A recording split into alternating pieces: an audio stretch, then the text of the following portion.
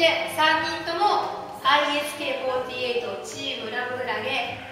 アイドルですから、プロデューサーとして体重制限させてもらってますんで、次のライブツアーに向けて間食は禁止です。ダメよ、アイドルたるもの太ってください。帰ってはい、これだけダメ、はい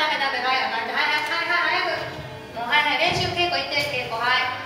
何ちゃんと踊ってよ、たださ不安やねんから。すごいな、じゃあこんなに残ってもしゃあないし、しゃあないな、これはももちゃんに全部持って帰るか。